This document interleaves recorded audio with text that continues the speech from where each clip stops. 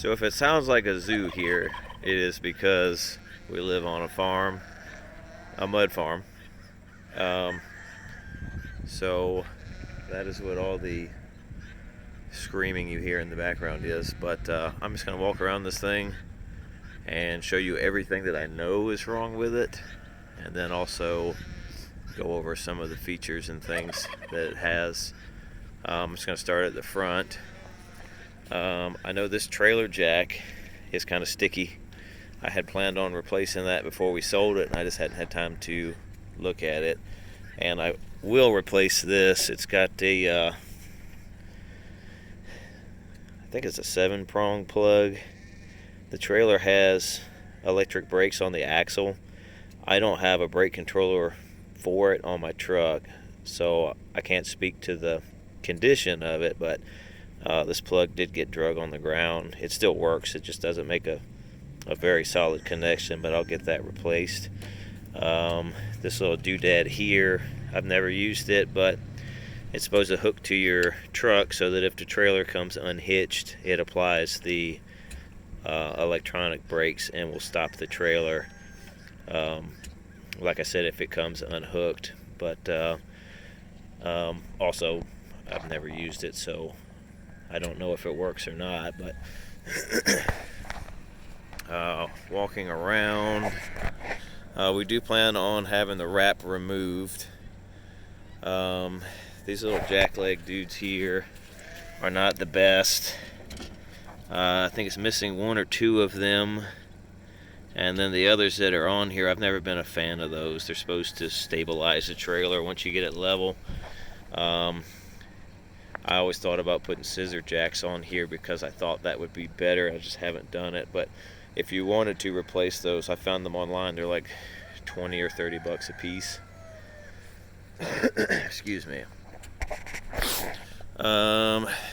This is the man door to get in, and I'll go inside of it in a minute, show you around. But there's that. The serving window. There's your serving window. The aluminum shelf mounts along right there. It's got some little legs here to give it support. Clip right in there. And this is a bakery display case. It's made out of plexiglass, and there is a sheet of plexiglass on the other side of this plywood. We never used it as a display case. We used it as storage, and so just to kind of hide all that stuff, I put this plywood up here. We painted a menu on it, and that's just kind of how we've been rolling. If you didn't want that, it's just screwed into place. It would be real easy to take it off and still use the display case.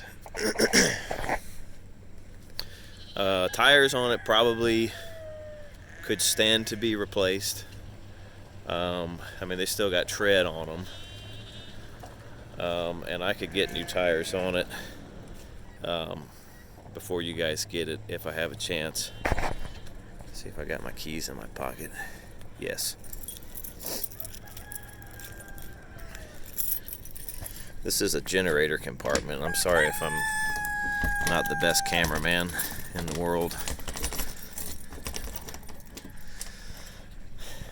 It's your generator compartment slash storage.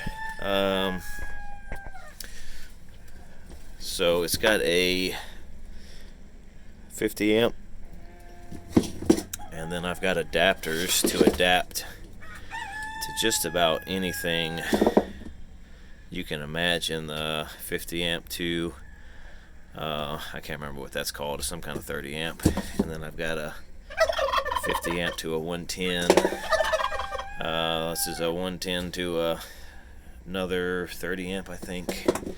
And then I've got this guy that takes that back to 110.